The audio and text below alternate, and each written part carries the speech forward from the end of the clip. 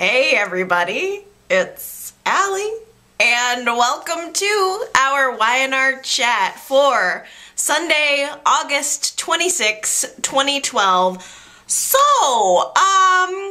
what psychotropic drugs do you think Sharon is on? Let's take a poll here. Are you thinking maybe Prozac, Paxil, maybe a little lithium mixed in there? Maybe it's a cocktail of a few things, but the one thing that I'm sure of is that she's on something.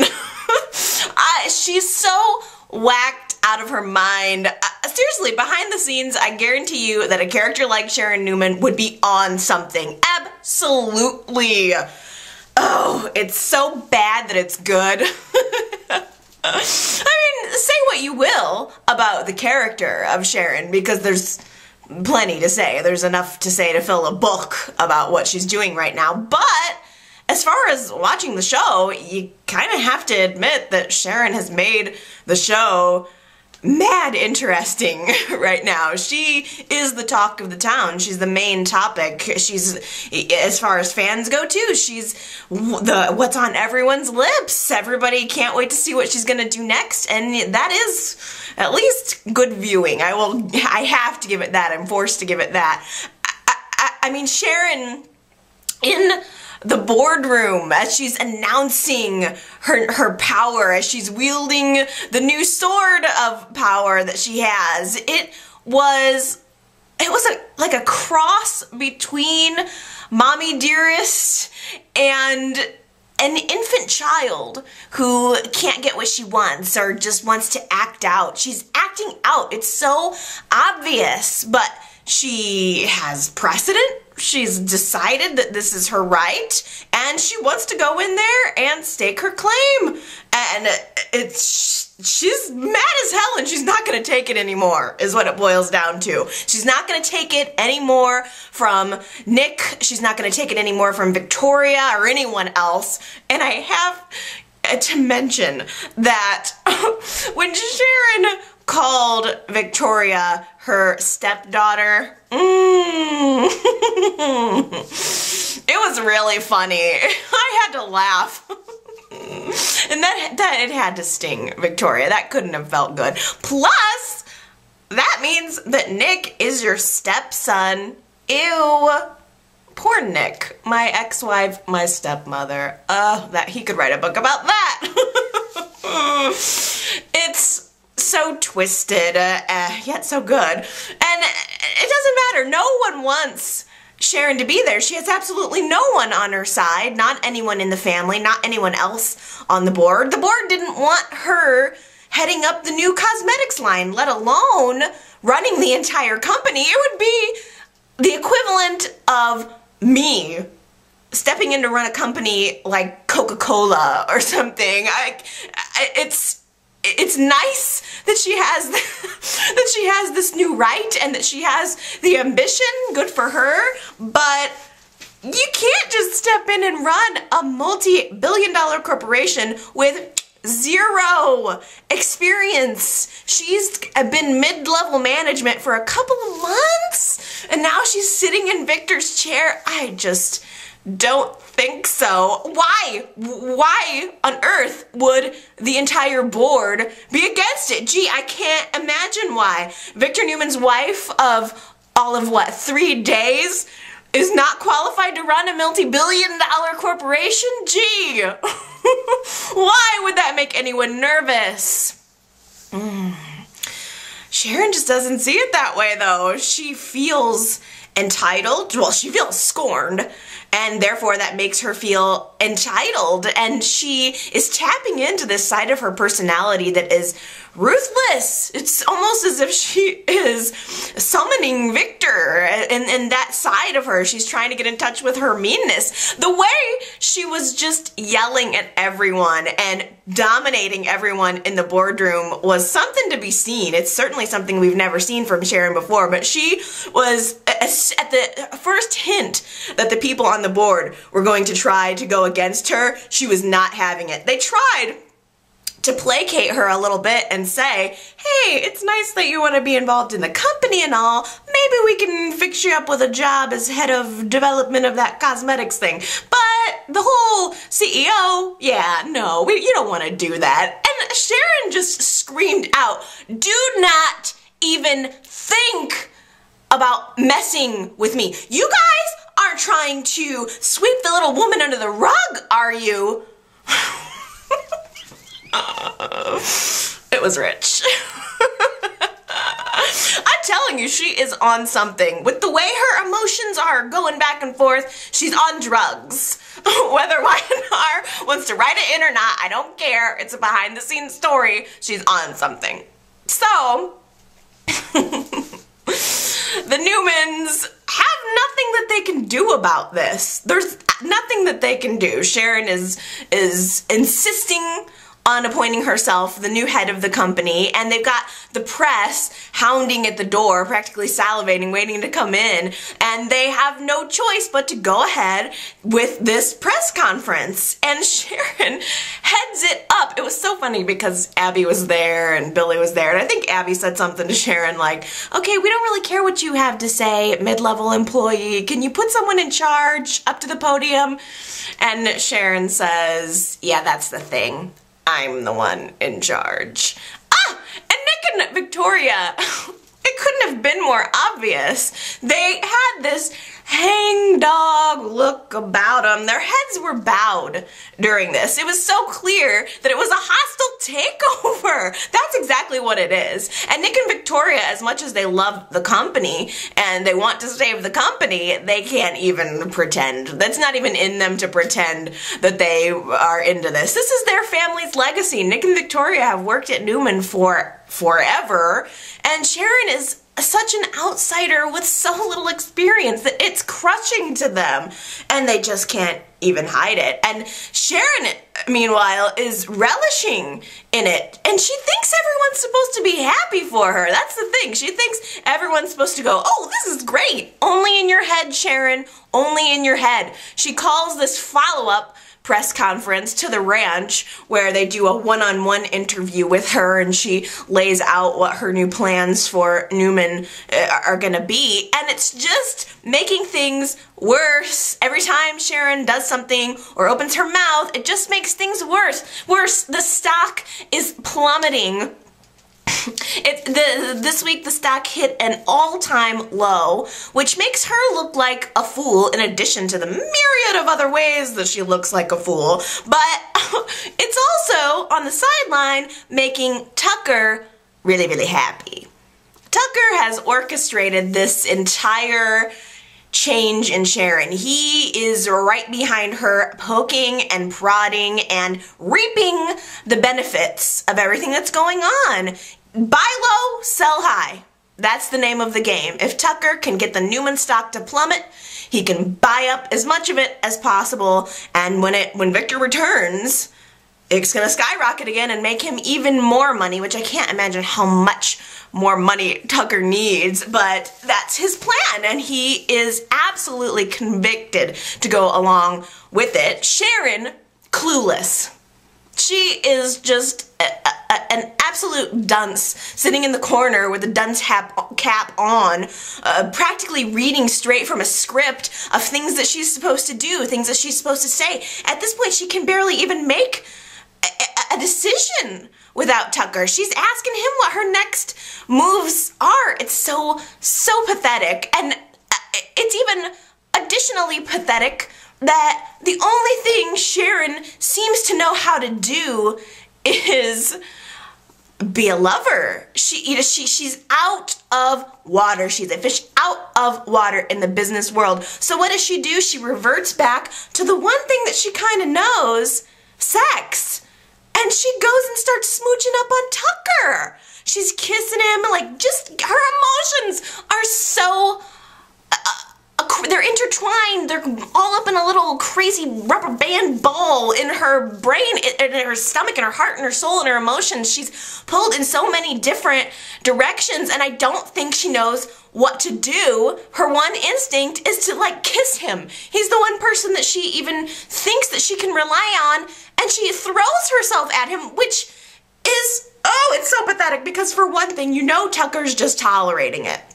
He doesn't have feelings for her. He's using her 100%. But Sharon, on the other hand, is seeking, she's reaching for someone. It's so sad. It's like she's confused, so she just has to let her crotch point her in one direction or the other, which is so stupid too, by the way, because Sharon is kissing Tucker with the door open in his office right after the press conference. You cannot tell me that you didn't think people were going to follow you or someone was going to come in. Genevieve walked right in the door as Tucker and Sharon are kissing, which I guarantee you, by the way, in the future, Genevieve is going to be the one, I'm sure, to confirm to Ted that Sharon and Tucker are in it together, because it literally only takes one set of eyes to blow this whole thing wide open, that Tucker is the brains behind Sharon's craziness, and Adam is onto it. Adam figured it out pretty quickly. I'm sure Adam and Genevieve are gonna talk at some point or another, and she's gonna confirm all of that for him, but we'll talk about Adam a little bit later.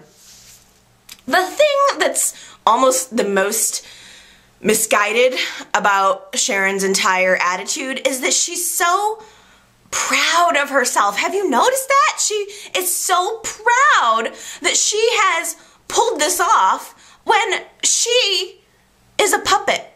She is Tucker's puppet. She is totally delusional about how she sees herself, about how others see herself. And I am surprised. I can't believe that Sharon can't see straight through Tucker, because all right, Sharon, she's no Pulitzer Prize winner. She's no rocket scientist, but she's also not a total idiot. Sharon is not a stupid person. I don't think she's an unintelligent person. She managed to figure out on her own, I think probably the one thing that she was able to figure out on her own was that Avery was Victor's attorney, and now that Sharon is Victor, therefore Avery is Sharon's attorney. So she was able to co-op Victor's attorney and further kind of stake her claim at Newman Enterprises. So that wasn't stupid. That was at least a good move. I don't know why she's not putting pieces together where they need to be put together, or if she has and she just doesn't care, I don't know. As soon as Sharon co-opted Avery, I thought, Avery, why don't you just quit? All you have to do is quit. And it's not like you're tied. You don't have to work for Victor. Just go switch sides, quit, and go work for Nick and Victoria or something.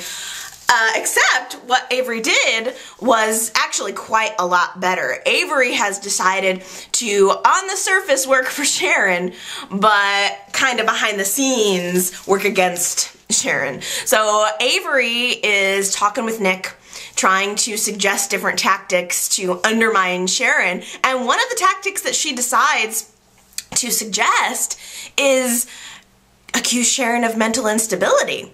There apparently have been some cases where this whole wife rights cases, these cases have been overturned in cases of mental instability, which I think is dead on. I absolutely believe that Sharon is going through a mental instability moment. Everything in her life has exploded. It makes sense. She really needs help. We're all kind of mad at her and everything, but I don't think she's even in her right mind. She has these clear delusions of grandeur, thinking she's so great when everyone else sees it completely differently. It's so clear that she is out of her mind. I really think that that's a very good tactic, and I think Nick is going to pursue it.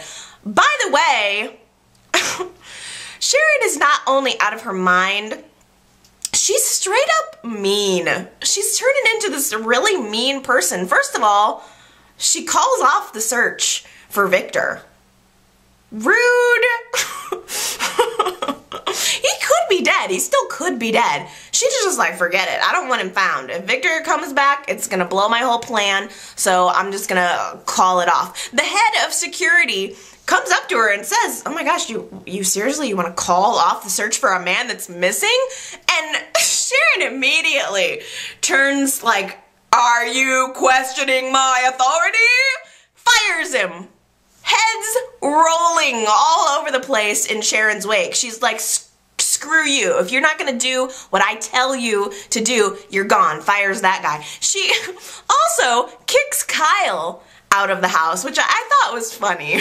Kyle is having his little tryst with Eden, and they run downstairs being all cutesy while Sharon's on a phone call. I cannot even believe this woman. She totally snaps Kyle's head off, saying, I was on an important phone call. How could you just run down here looking like you're doing? You're a Newman executive. She scolds Kyle like it's her kid or something, and Kyle told her off. He said, hey, how about a little respect for Victor? How about a little respect for the man who bought this house? You're getting used to this whole lady of the manor gig, and it's not gonna last. And I have to tell you guys, that was probably the first time that I have ever liked Kyle. The recast anyway. I actually loved him in that moment. I was like, go Kyle, tell her off. That was awesome. And he decides, forget it. I don't need to deal with this stuff. I may have to deal with you at work. I don't have to deal with you at home. So Kyle gets another place to live.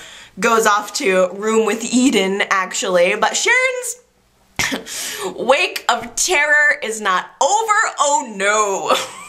I think probably the meanest thing that she did of all is getting rid of Abby's horses. Abby is getting mouthy with Sharon all over the place. Abby's calling her out on her bull, and Sharon has no real way to get recourse on Abby, except it dawns on her, oh wait a minute, doesn't Abby have two very expensive, very nice horses out in the stables? I'm gonna sell them. I'm gonna get rid of them. As a matter of fact, no, I think she donated them. She calls up Buck, the stable guy. Oh man, and I just felt, we've seen Buck now, so I kind of felt bad for him. He's taking charge, cleaning up these horses and taking charge of them, and now two of the prize horses, this new wife who's been around for a couple of days, forces him to give away the horses. It was so sad. I'm honestly, with the way Sharon has been acting, I was surprised that Sharon just didn't order them to be beheaded. Like, I'm surprised she didn't go down there herself and hack off the horses' heads, put them in Abby's bed one day when she wakes up. I don't know what to expect out of this woman. I wouldn't have, I mean, it's off with their heads in every other single way, so I wouldn't have been surprised. She's so mean now. That was mean. It's not the horses' fault. I mean, the horses will probably be happier because I think it was she donated them to some place for children with disabilities or something. I think I might have spaced. I don't know if that's right, but the horses will probably be happier with more people riding them. Still, to me, I just thought that was mean. And Sharon all week was heavy contemplating whether or not she was gonna just fire Nick. I was kind of surprised that she didn't just fire Nick and Victoria in the boardroom. You know, I'm in charge now, first order of business, you two brats, fired. Again, off with their heads. Heads are rolling under Sharon's regime. She is like an evil dictator. But she decided she's not gonna fire Nick. I mean, Nick is not afraid to tell her exactly what he thinks. He actually brought up a really interesting point that I hadn't thought about before. He said, you know, I know that you've got daddy issues. I know that you never felt good enough. Your daddy left you, and you've spent a whole lot of time trying to prove that you were good enough for him in some way, but this is not the place for that. Whoa! Whoa. I wasn't expecting that because I guess I never really thought about the fact that Sharon doesn't have a father. I don't even know what happened to Sharon's father. Did he leave her? If anybody knows, please let me know if we have any idea. Or didn't he abuse her? Something, I can't remember what happened with Sharon's father, but I thought that was so interesting that Nick would bring that up. I mean, Nick is really the one that I think is going to be able to stop her, especially with this mental instability charge. I think that kind of goes along with it. She's got psych issues. Sharon has been in a mental institution before. Not that that means anything, but look at the way she's behaving. And I just think that Nick is going to go through with it. I think Nick is going to feel bad for Faith that he's gonna try to have Sharon committed, but I think he's gonna try to have Sharon committed to get her off of the warpath. Sharon is off her rocker. It is probably the right thing to do. There was this moment this week where Faith gets sick and Nick he's trying to get Faith to go see Sharon, and Sharon won't pick up the phone, and then they just finally connect. Faith is at the ranch. Sharon and Nick are trying to comfort the child who's feeling sick, and they go off into the bar area, and there's this moment of them together just kind of connecting, and there was a flashback of Nick and Sharon when she was pregnant with Faith and how in love they were, and they were trying to think about how they were gonna build a room for Faith and just how much different things were. And the flashback, oh, I just couldn't, it was so sad, because if you juxtapose how happy they were at that time with how they are now, it's heartbreaking. So I think Sharon felt that way. She has this moment with Nick, realizes how far their relationship has gone downhill, how they don't even trust each other, they don't take each other's phone calls, but yet they still have children together. And Sharon tries to mend the fence with Nick a little bit, telling him, I was gonna fire you, but then I decided not to, so we're cool, right? Why don't we just focus on being cool?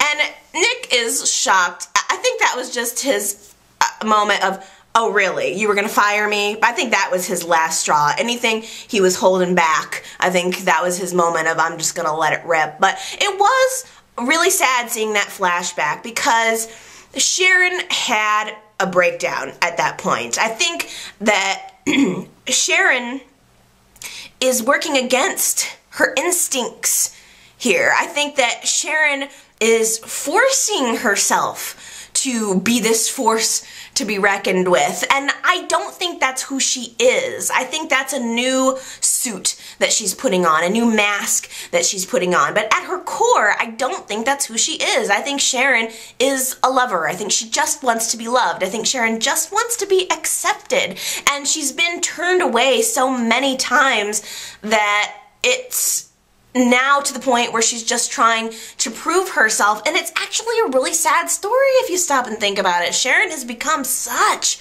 a tragic figure at this point, and I think she knows it. I think she knows deep down that she's a phony. Right now, everything that she's doing is phony. It was phony marrying Victor. She's an imposter at his company, and I think she knows it. And there was this great scene where Sharon is in the sitting room at the ranch, and she's so angry that she just picks up a pillow and throws it across the room, and it escalates. Then she like pulls down a drape in the room, and then she picks up a lamp and smashes it, and before you know it, she's torn up part of the ranch. It's very symbolic. I think that's how Sharon feels inside. I think Sharon had this very prim and proper kind of persona, and she's now taking and smashing that. It never worked for her. It didn't get her what she wanted, being so perfect, and so now she's trying chaos, and it's just,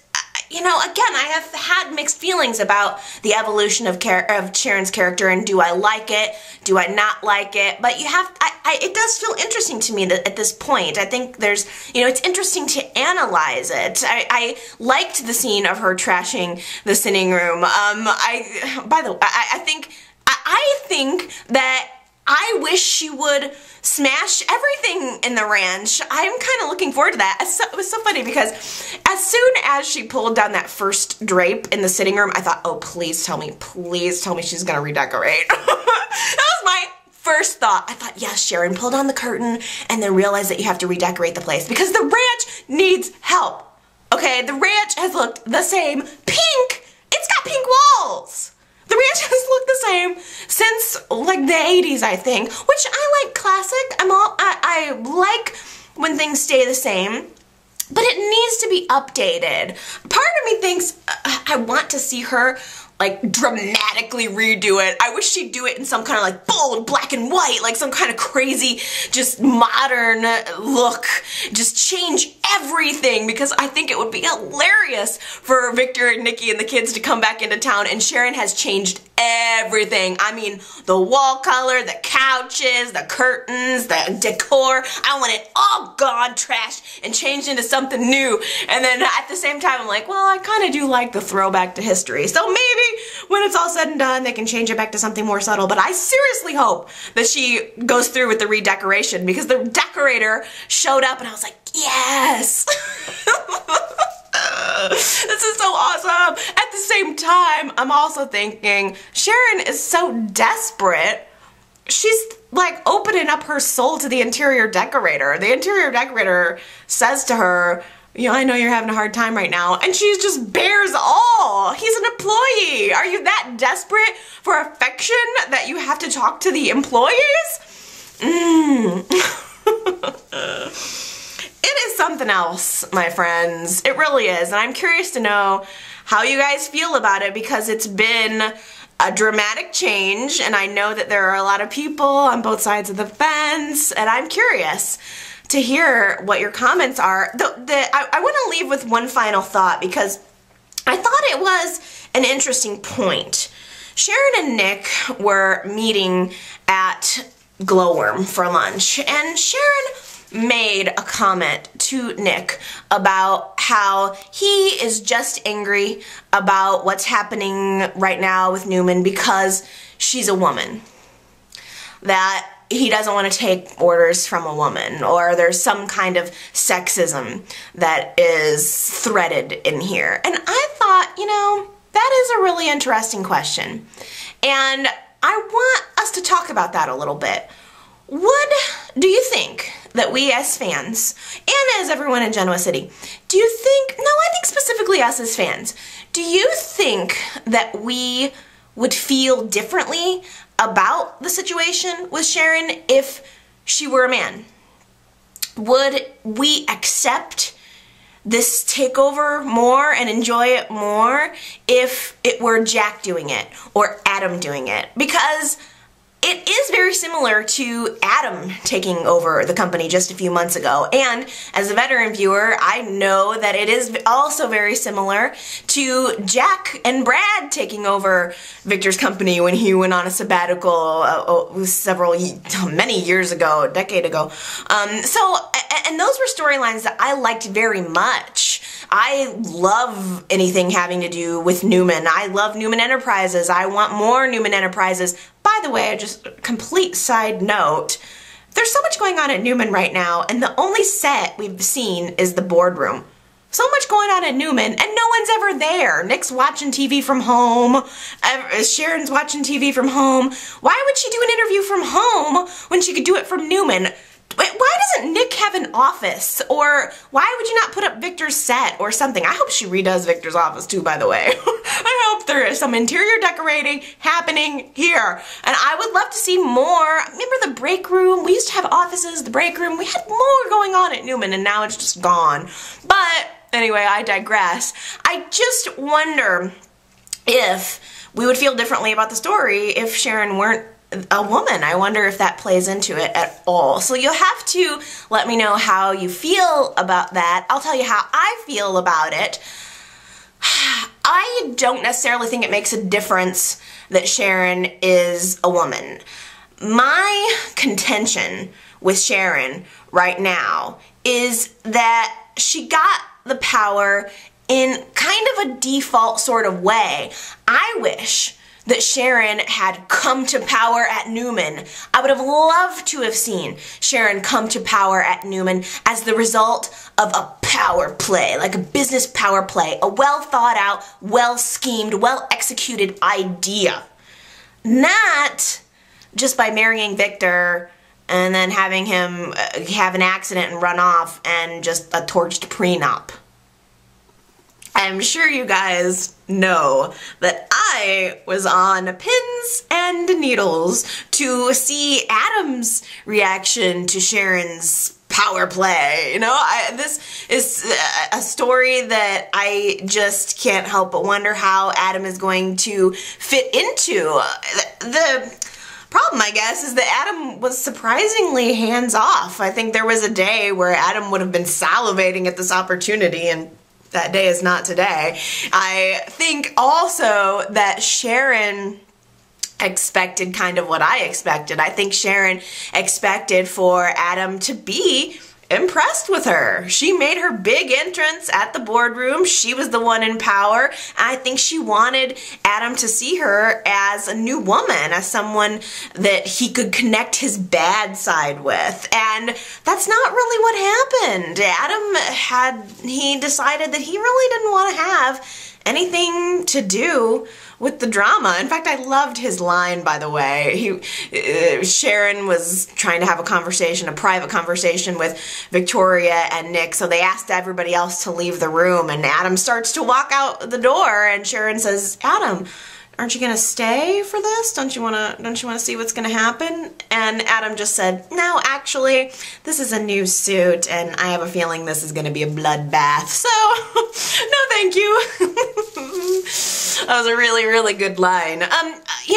Of course, I almost forgot that we were dealing with new Adam here, because I think old Adam would have stayed, and I think he would have tried to partner with her. I really do. Instead, I think that we're going to see Adam trying to save Sharon. In the past has always been Sharon trying to save Adam, and I just wonder if we're going to see a little bit of role reversal there, because Adam knew right away that Sharon is not the one that's behind this. Someone is feeding her info. Sharon is not kicking back at the ranch with a cup of tea, looking at vintage, obscure law books. Someone is giving her this information. Someone is puppeteering this entire thing, and to Adam's credit, he realized right away that it was Tucker. He may not have this confirmed, but he has a feeling. So Adam is, I think, going to play a major role in bringing Sharon down. I just wonder if he's going to do it with a fist or with a velvet glove. I'm not sure.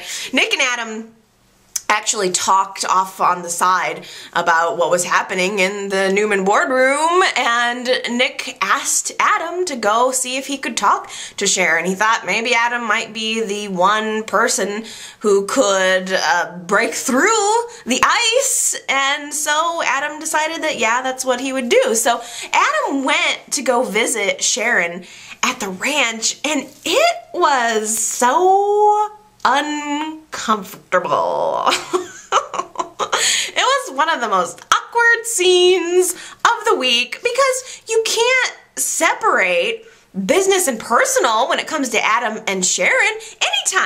Anytime personal is in there. You can't act like it's not personal. Business is personal, for one thing, I think, but Sharon and Adam have history, and you can't deny it. You can't ignore the feelings that have been between him, the fact that she threw herself at him, he denied her, married somebody else, and Sharon actually slipped up and let Adam know that she thought Chelsea was pregnant. She saw that pregnancy test way back when, assumed that Chelsea was pregnant, and she mentioned it to Adam, and she couldn't help but be sour about it. She wanted Adam. She wanted to have his babies. She wanted to live happily ever after with him, and she blew it. And Sharon is bitter, bitter, bitter. She actually also had a line this week that was a gem.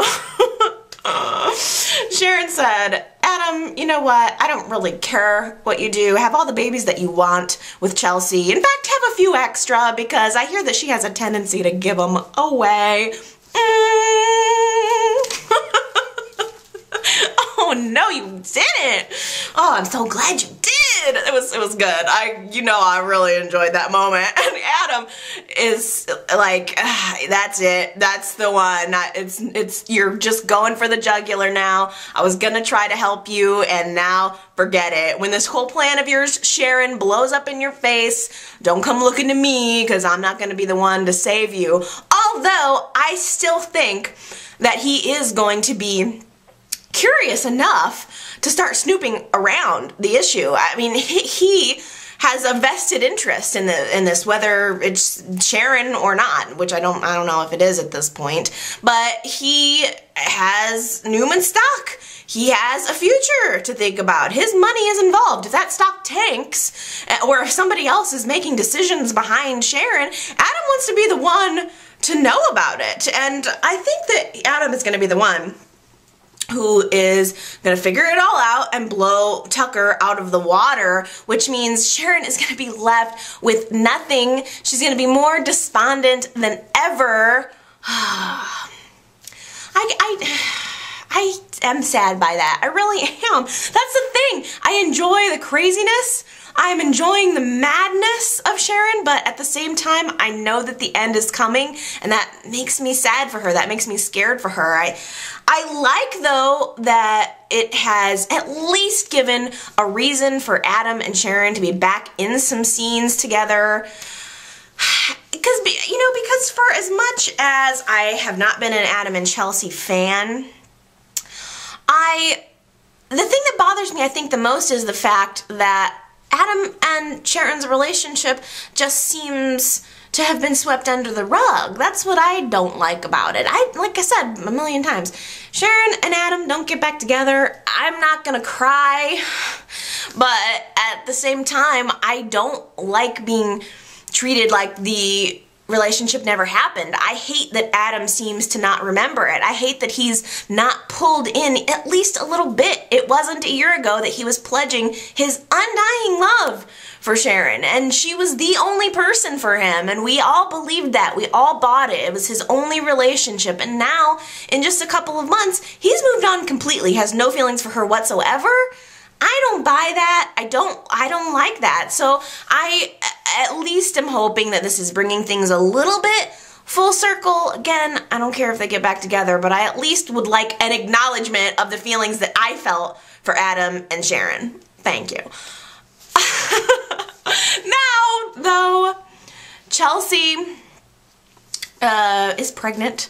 She announced to Adam, she gave him a little gift that included the pee test. Ew. In a restaurant. Hopefully she cleaned it off before she gave it to him in public, which I think was weird. I don't know why she told him in public anyway. It was a total plot device because Chelsea hands him the gift box and they have their happy moment of we're pregnant together, and who's standing in the background? Sharon. She saw the moment, she hears everything, she totally crashed their moment. In fact, if you're a Chelsea and Adam fan, I'm sure that made you really annoyed. And Sharon can't help but walk over. First she kind of tries to act like she didn't hear what she heard, and then she walks over and acknowledges it and gives pretty much the most stark congratulations that she possibly could. It was like, congratulations. You know she's not happy. But Adam and Chelsea are very happy, and if you're an Adam and Chelsea fan, I'm sure you're very happy, and I'm happy for you. I think that Adam, you know, he is happy. He made a comment this week about how so much of what is right with his life right now started with Chelsea, that was the first thing in his life that felt honorable, that felt right, and that's drama-free. And I can respect that, I really can. I can respect him wanting to move on. I can respect him wanting to remove himself from the drama that was Sharon, the drama that was the Newman family. At the same time, this is a drama. The show is a drama. It's TV here. I like a little drama. And I miss that. I miss Adam being involved in the drama. He is very, very soft soap right now. Ooh, that's good, actually. I like that line. He's soft soap. Because it's a soap opera, you know? Oh, well, it is what it is, and I'm doing my best to embrace it as much as I possibly can. I will say, I actually really did like Chelsea's new hair. I like her new hair this week. As soon as I saw it, I was like, ooh, that's good. She looks good in that, because obviously I'm a fan of bangs.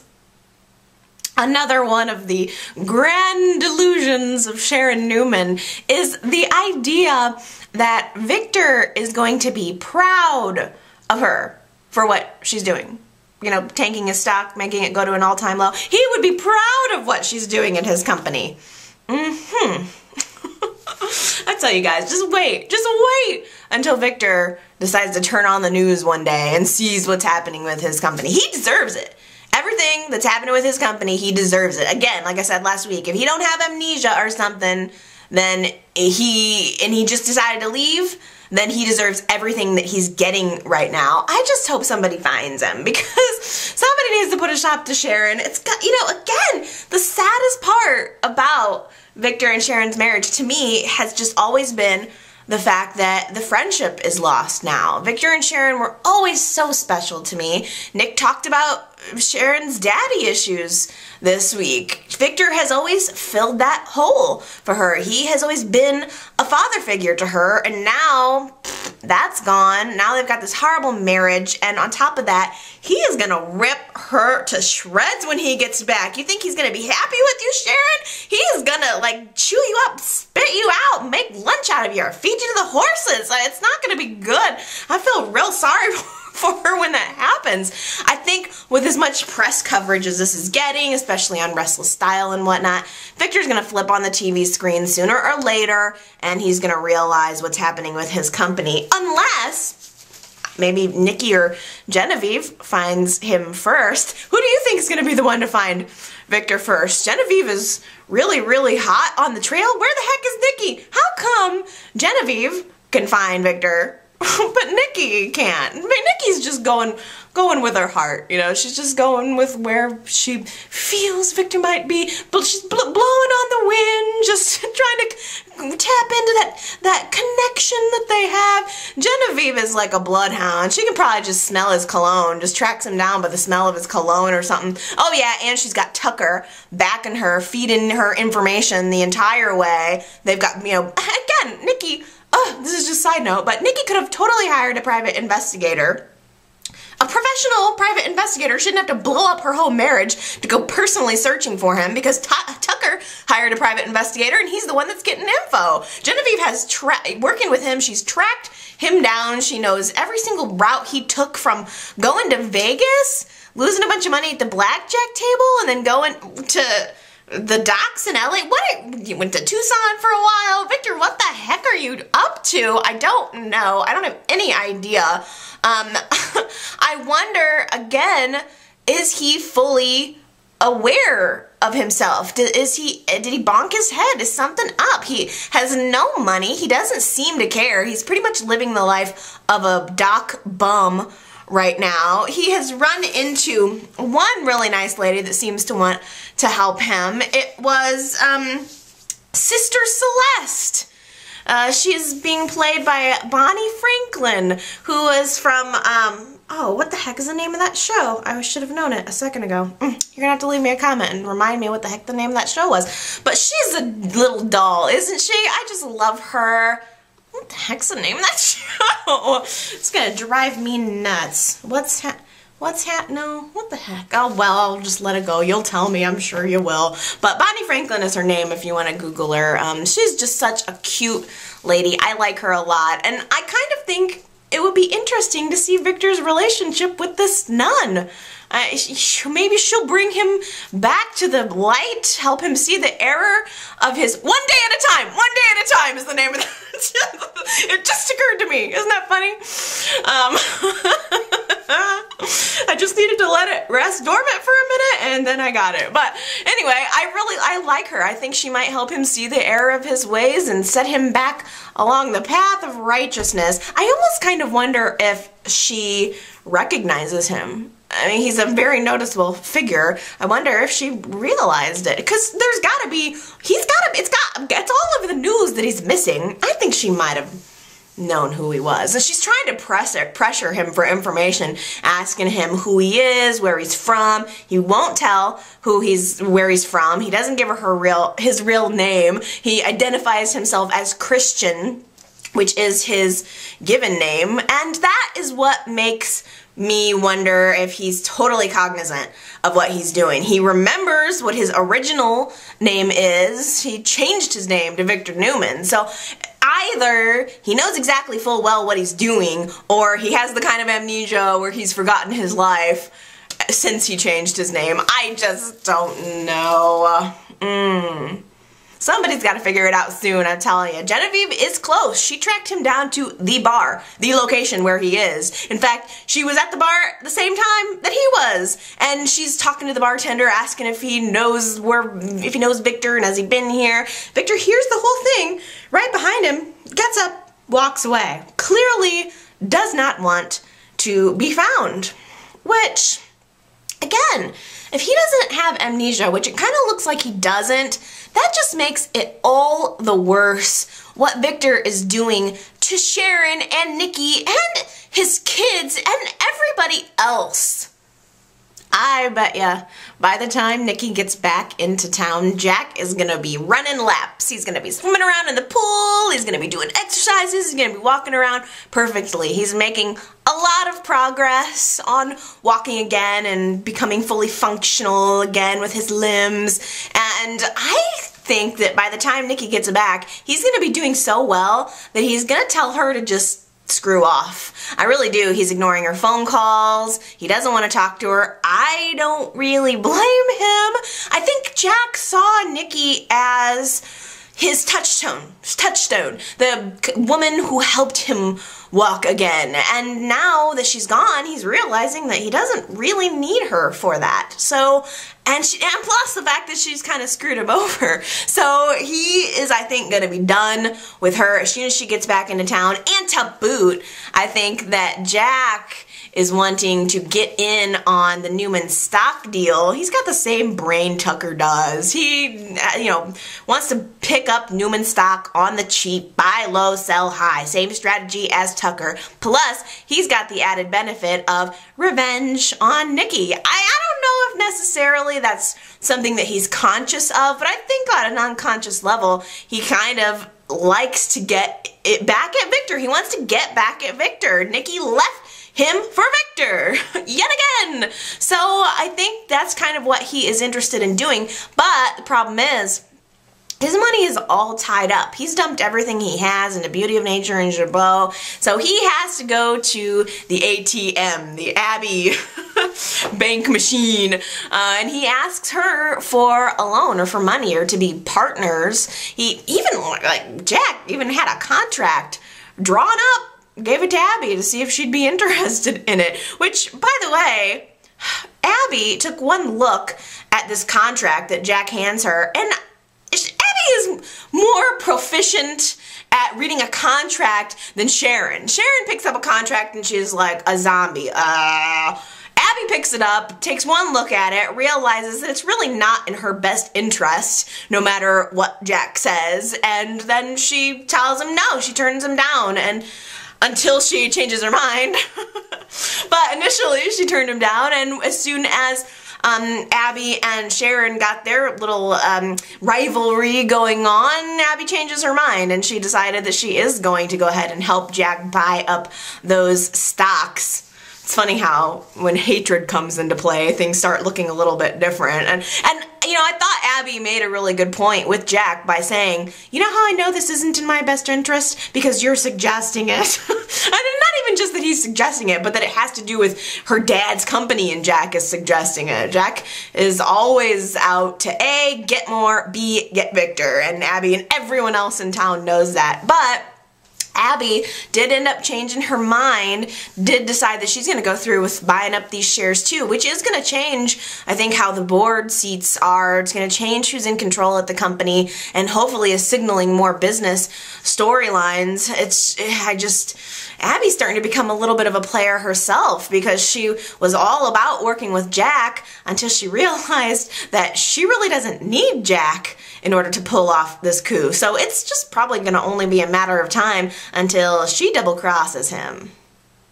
Oh, well, at least Dr. Tim's last kiss was mouth to mouth. He finally eventually got a kiss from Phyllis. It just so happened to have been her trying to resuscitate him. Aww.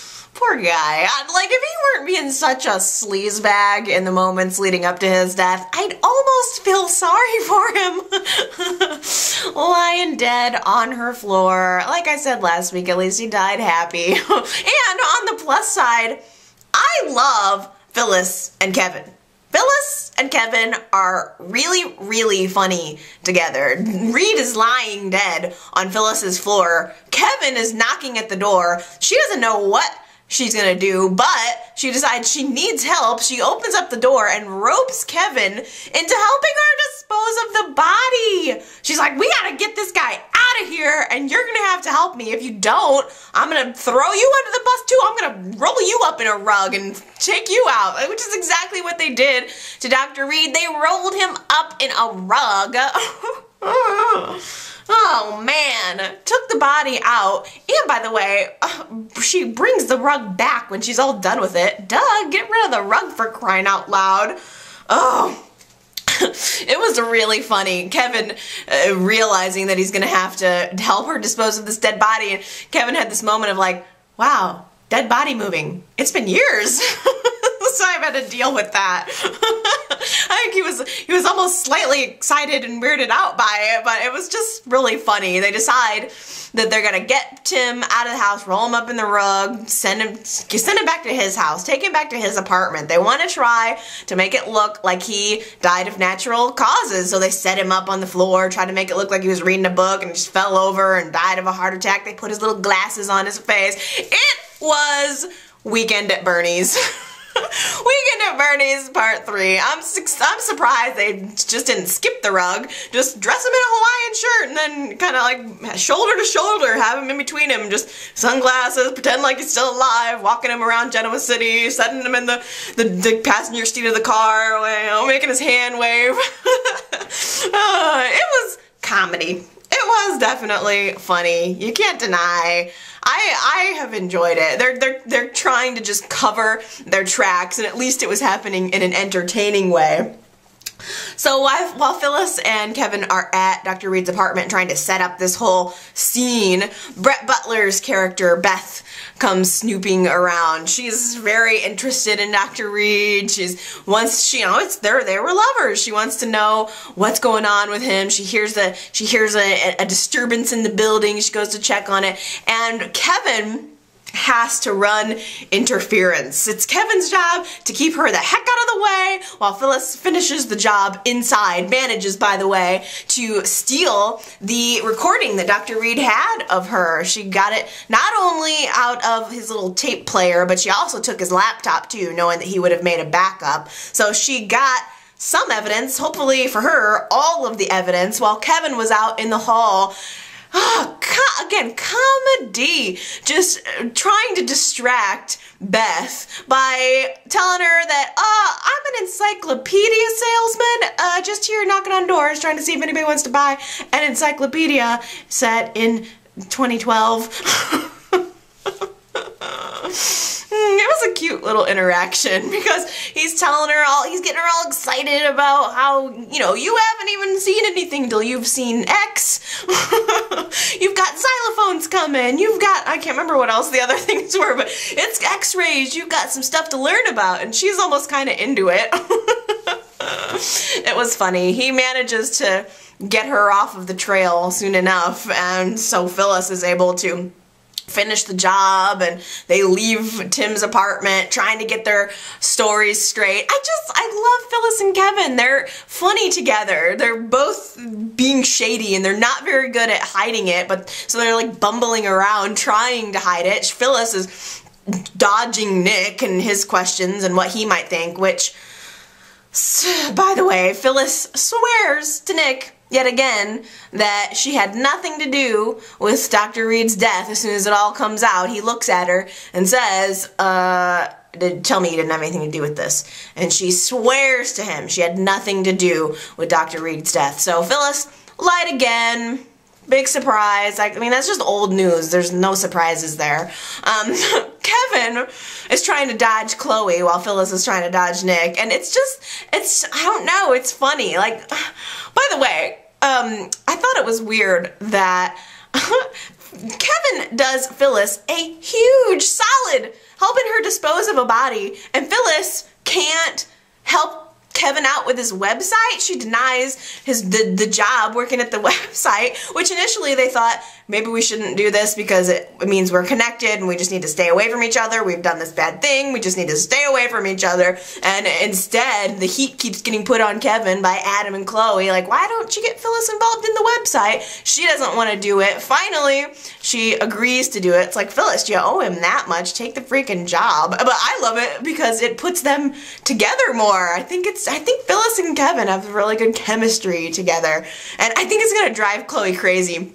If not now, then down the road, because I just wonder if Chloe's gonna end up getting jealous, because Chloe mentioned the morning after the whole body moving incident, Kevin had pretty much been out all night and she was getting paranoid. She mentioned to him that she has a tendency to get paranoid. She's wondering if he's out with somebody, but with Kevin, she feels safe, she trusts him, she didn't believe he's cheating on her, but at the same time, that is in the back of Chloe's head. So I kind of wonder if Chloe's gonna get jealous and think that Kevin and Phyllis have something going on together, which would also be funny. At the same time though, I know I haven't been much of a Kevin and Chloe fan. There's kind of part of me that wonders if Chloe is gonna end up leaving Kevin over this. I mean, we all know it's gotta come out into the open sooner or later. Chloe's gonna be heartbroken when she finds out what Kevin has done and that he's lied to her about it. I just wonder if she's gonna end up leaving him at the end of the day. Of course, the biggest problem that Kevin needs to deal with right now is the fact that the police have found Dr. Reed dead in his apartment. What a coincidence. He died right as he was supposed to be giving his deposition. And the police are all over it. They're asking questions of Beth. Beth is a key witness here. She knows all and she's telling all. It was just, they're questioning her, and I thought it was funny how there's a moment that they were implying that maybe, or I don't think it was necessarily implied, but there was a moment where she thought that they were implying that maybe the encyclopedia salesman was somebody Dr. Reed was waiting for and why he was taking those sex pills, and she just made a comment like, oh no, Tim was all about the ladies. Sure, he was a real ladies man. Can't you tell that just by looking at him, his plaid shirt? Oh yeah, the ladies, yeah, they were definitely all flocking all over him. It's cute how Beth liked him. You know, he was just a nice guy. He's not Mr. Stud. He should have just stayed with her. His whole life would have been different if he just would have stayed with her, because I think she really loved him. But she's answering all of the questions, and I love, just another side note of funniness, I love all of the different names that they're calling the Viagra pills, or the hard-on pills. They're calling them, let's see, Ronan called them Mr. Blues, she called them thrill pills, sex pills. It's just so funny. Oh, poor little dorky guy. But again, Beth is becoming this key witness. Not only has she talked to the police, she's told him about the encyclopedia man, she's told him everything that she knows. She ended up doing an interview with Billy for Restless Style, Telling All, which, by the way, I'm sure really is going to make Michael happy, knowing that one of his key witnesses is out talking to the media, spilling her guts, telling everything that she knows. And I think it's also funny that she is talking to Billy about the encyclopedia salesman and starts to say she changed her story. Like, you know, at first it was, oh no, he was an encyclopedia salesman, he was really good. And then after she's been questioned by the police, and now that she's on national TV talking to Billy, she's saying, oh, I think he was something different. He had to have been involved. Something was suspicious. It was cute how her story changed. I like Brett Butler. I think that she was pretty good in this situation. And the final nail here is the fact that the police asked her to work with a sketch artist to try to sketch a picture of the encyclopedia salesman. As soon as the sketch came out and we got to look at it, I immediately looked at it and I'm like, it's Dexter. Michael C. Hall did it. It was funny. It looked exactly like Dexter. But we all know it's not. Pretty much all you have to do is put that face in a chipmunk costume and you have your encyclopedia salesman right there. It was clearly Kevin. Michael's looking at the sketch, wondering who it could possibly be, not knowing that it's his brother. Juicy. Hey! By the way, Michael got an office. We were asking for that. Our wishes were granted. Michael finally got an office. I love it. It's not the most snazzy place on earth, but at least it gets him out of that police station. I was tired of that. So Michael is now working with Ronan to crack wide open this case because now that Reed is dead, that pretty much ruins their hit and run case against Phyllis, which I don't know why it's so high on their list of priorities. You'd think that they would have been dealing with real current crimes and murders and stuff, but no, seems like the whole GCPD is tied up in Phyllis's hit and run case, and now that the major witness is gone, it pretty much blows their case. But at the same time, more details are starting to emerge. They have gotten the coroner's report back, and the coroner has reported that the body had to have been moved, that Dr. Reed didn't die in his apartment, the way the blood had coagulated in his body. Ew, by the way. It showed that he had not died there. So there is this huge question now of foul play. Ronan and Michael obviously suspect foul play. He died somewhere and then got moved to his apartment, and gee, I wonder who could be at the top of the suspect list. Who would have the motive to kill Dr. Reed on the day of his deposition? Come on, it's pretty clear right there. And I think as much as neither Michael or Ronan want to admit it, they have to pursue this. So they reluctantly go get the security footage from outside Phyllis's apartment to see if she had gone anywhere, if anybody had come there. And guess what? The security footage is blank. What do you know? It looks like it's been hacked. Who could that be? That's so weird. The hour before Dr. Reed's death, all of a sudden the security footage isn't available, which may help Phyllis. I mean, it certainly means that they don't have any evidence against her, but at the same time, it may not give them evidence that she had anything to do with it. It certainly gives them probable cause. So at this point, Phyllis, oh girl, I'm really glad that I'm not you. You have just successfully managed to get yourself out of the frying pan, but now you have jumped head first into the fire. Well, let's wrap this whole thing up with a little bit of casting news. Christel Kahlil as Lily is out.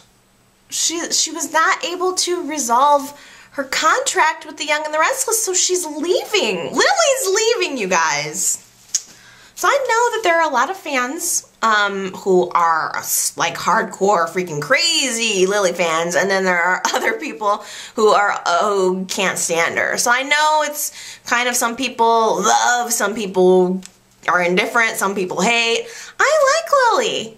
And I'm sad about this. It bothers me. It feels like Y&R is always making casting changes and they're never good. It feels like there's always somebody leaving the show and I'm never happy. It's never any of the characters where I'm like, oh good, glad to get rid of that. It's always somebody where I think, meh, man, why? It just seems like there's so many changes happening right now, you know, on the heels of all of the changes behind the scenes at the executive producer level, at the head writer level. There's a lot of changes there, but there's a lot of just casting changes too. Even I started watching The Bold, the Beautiful, what, 3-4 months ago, and now all of a sudden Ridge and Stephanie are both leaving. It's disappointing, and what scares me is I'm afraid that it's signaling something for the genre. I don't want to believe that, but man, we're losing a lot of really good people. And if something I mean, I just think about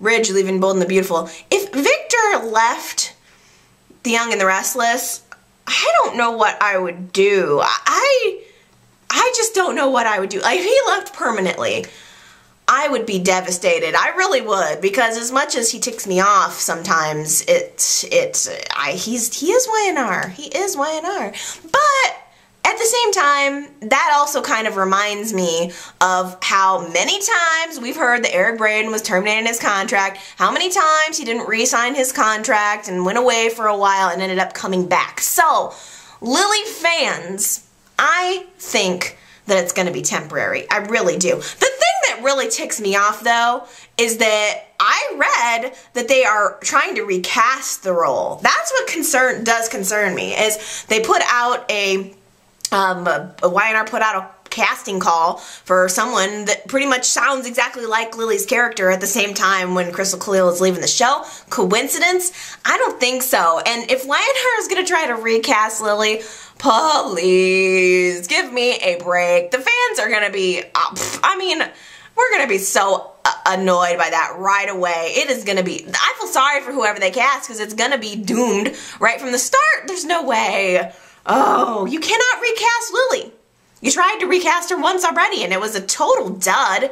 Recasting doesn't work. Don't treat us like you can just plop somebody else into the role and it'll be just fine. Especially with someone like Lily who's been in the role for so long and who is part of a really popular couple. Whether you like Lily and Kane or not, they have been a hugely, intensely popular couple. I mean, for crying out loud, they killed Kane and then from fan reaction brought him back. So I think it's going to be the same with Lily. They can go ahead and try to recast for a little while, but it ain't going to work. And either they're going to ditch the character or Christel Kahlil is going to come back. I personally hope that she does come back. I mean, for crying out loud, who are they going to try to recast next? Phyllis? Nikki? Victor? Okay. You guys, I think that's gonna just about do it for me for this week. It's been an exciting week. This week was a lot better than last week. I'm into it again. I'm really feeling Y&R this week. I hope you guys are too. And I can't wait to hear what you have to say. What do you think about Sharon? What do you think about Phyllis? What do you think about the casting changes? So you guys gotta leave me a comment and let me know what all of your opinions are, good, bad, indifferent. I don't know, just let me know. There's a comment box below this video, and all you have to do is type it in and let me know what you think. It's always a pleasure to read and respond to your comments. All right, that's it for me for this week. I love you guys so much.